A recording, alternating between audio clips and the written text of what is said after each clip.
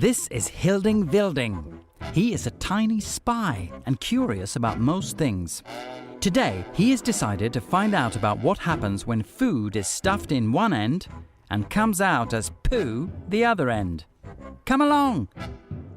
Hilding Wilding jumps into the mouth of his mate Felix, who has just stuffed a spoonful of sweetcorn into his mouth. And swish, he travels down the chute from Felix's tongue. Now he descends the gullet through half of Felix and in through the upper portion of the stomach, which is like the door to the stomach itself. Flop!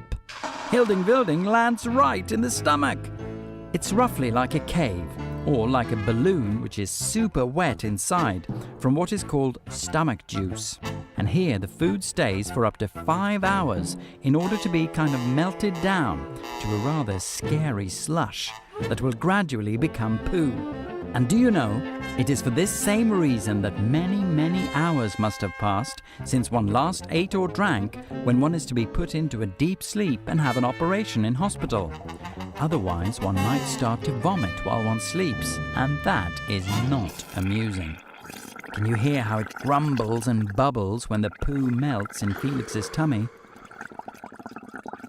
Suddenly, Hilding Wilding is sucked down into a large hole in the bottom of the stomach. Slurp!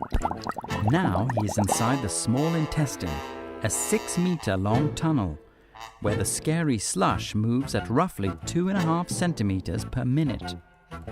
The reason that it moves so slowly is that the small intestine must have time to suck up all the vitamins and other important nutrients that Felix needs in order to live.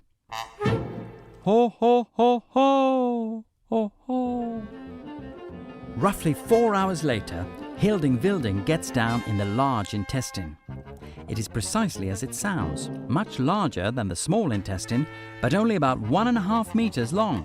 The thick intestine gurgles and squeezes, more or less like a boa constrictor, when the water is sucked out from what is left over of the food. The scary slush starts to become brown and to harden. And of course, it smells... Yes, that's it! Poo! And, quite rightly, when the food leftovers have lain in the large intestine for 8 or 10 hours or so, Felix needs to go to the loo. And Hilding Wilding, he gets ready to leave by the rear exit. That is to say, through Felix's bottom, or, to put it in slightly finer terms, the rectum.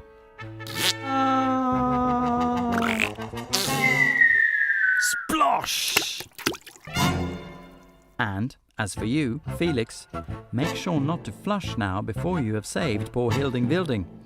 He is tired since all his trip through your body took about 18 hours. By the way, did you know that a person produces about 50 kilos of poo every year? That thousands of millions of harmless bacteria live in your stomach, and that the smell of poo really comes from them and not from you.